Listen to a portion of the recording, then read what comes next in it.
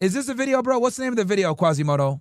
Don't send me the link. Send me the name of the video. Because I can't copy and paste your link, unfortunately, bro.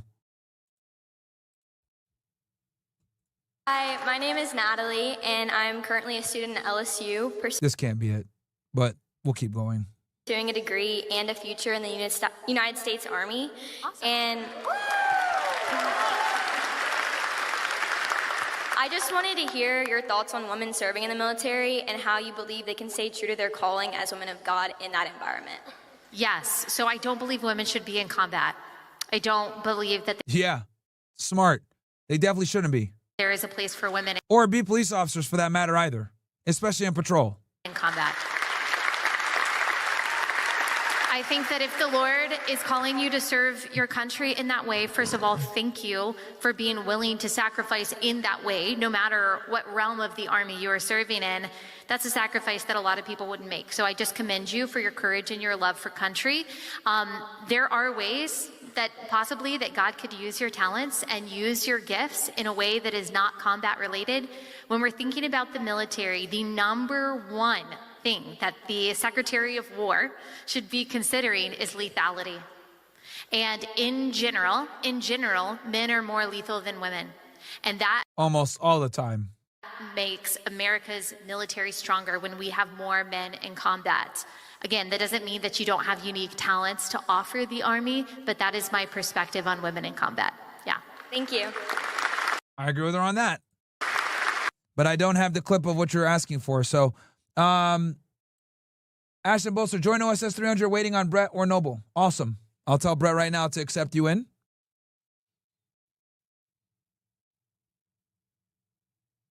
Let me tell Brett right now. Welcome to the OSS 300, brother. Don DeMarco for you. That's the real niggas over there. It's Ashton. I got you. Ashton Bolser joined. OSS 300. Boom. All right. Quasimodo, the YouTube video is titled Live Turning Point with Allie Beth Stuckey. Okay.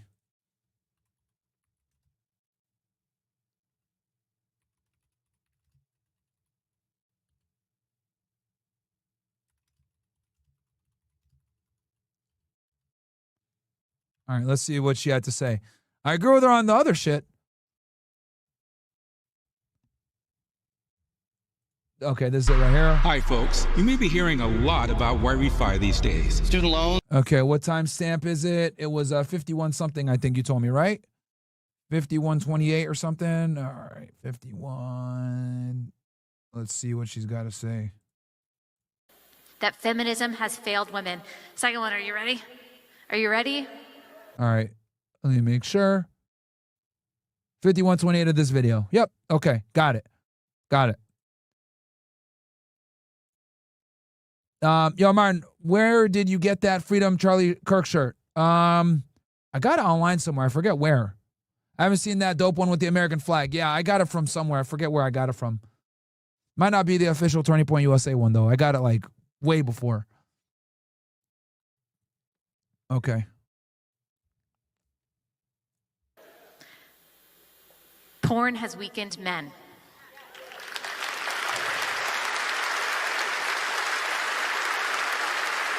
And you know, Charlie was so good at talking about this and so good at talking so courageously and sternly and clearly to the young men.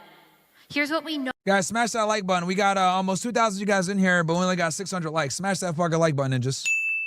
know about porn and why it is so detrimental, not only to men, although it disproportionately affects men. Porn objectifies women and children. It commercializes sex, which is a gift from God for a married couple between one man and one woman, and it glorifies violence.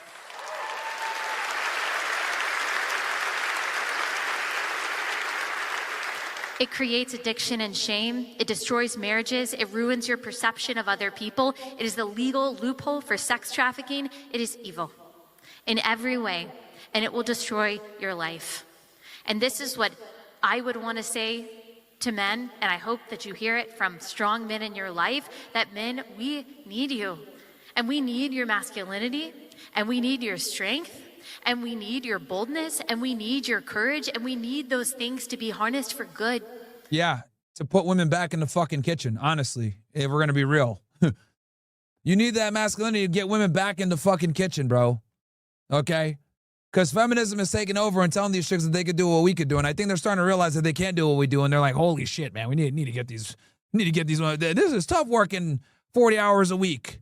This is tough having a real job. And we're sitting in fucking air conditioning and this sucks. We need you to be solid pastors. We need you to be strong leaders. We need your voice. We need you to bravely stand up for the most vulnerable, to stand up for women and children and for the unborn, to raise a respectful ruckus for the things that matter. We need really strong men, and porn makes you weak. I agree.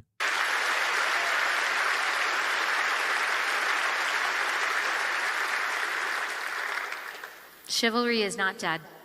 Virtue is not extinct. And you...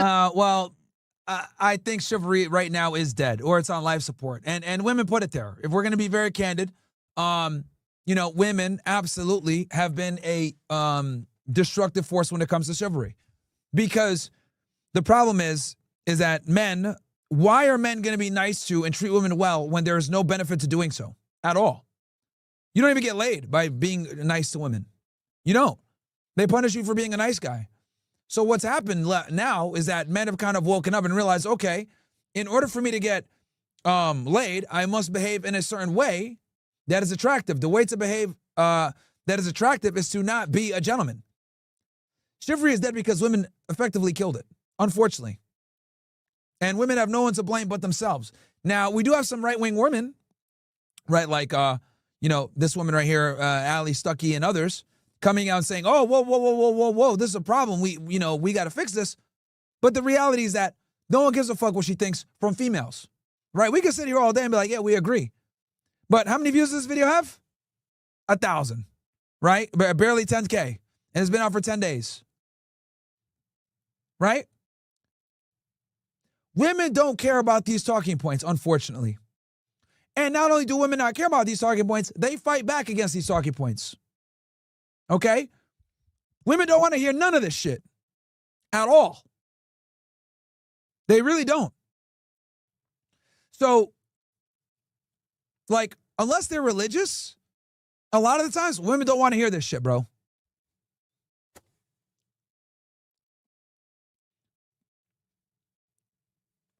That's where we are in society, unfortunately.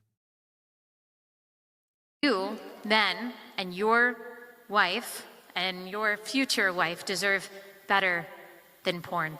And what I heard Charlie say over and over again, take responsibility. Work hard. Find a Christian woman, a solid Christian woman who loves her Bible, who loves spending time in... Yeah, but the other problem also is you shouldn't find a Christian woman that loves the Bible after being a whore either. That's another one. Welcome, punch! And I know people aren't going to want to hear that, but yo, it's not your job, guys, to save girls like Nala Ray or Nala Fitness, whatever the fuck her name is. It's not your job to save girls like Sam Frank. All right, you guys aren't Neon. Thank you, come again. God might have forgiven her and saved her, but that does not mean that you need to bring her into your life so she could ruin yours. And people don't like hearing that, but that's the truth. Especially nowadays where women are incentivized to be 304s and then find God later on. God's word, who loves to pray, who loves to go to church. Key, before being a slut. If she was a whore before any of this, no thank you. Welcome, punch! And this is one of the big fucking weak points and the big blind spots that these conservative Christians don't account for. Oh, as long as she's religious now, that's all that matters. Hell no, nigga. Hell no. Hell no. If she was a 3 or 4 before she found God, no thank you. No fucking thank you. Find someone like that. Women, be someone like that. Get married if you can. Have babies and lead your people well, men, because we need you. That's the second lie. Number 3, or not the second lie, the second controversial thing. The second controversial thing that Charlie Kirk said. Number 3, The third controversial statement that Charlie Kirk always made is that merit always trumps DEI. Merit always trumps diversity, equity, and inclusion.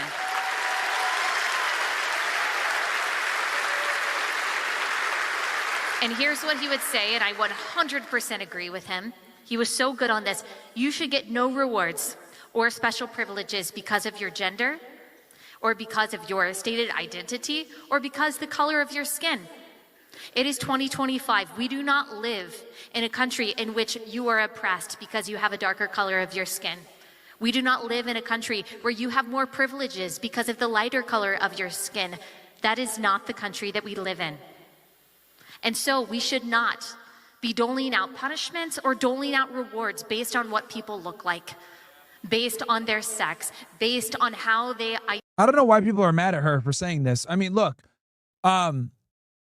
I get it. A lot of guys get rubbed the wrong way when women try to tell them what to do, because I agree that women live life on easy mode, and quite frankly, they're not really in a position to tell us anything because, you know, simply put, women live life on easy mode, especially in 2025. That's just the reality. So this is why most people don't give a fuck about what they got to say. But she is correct to some degree here.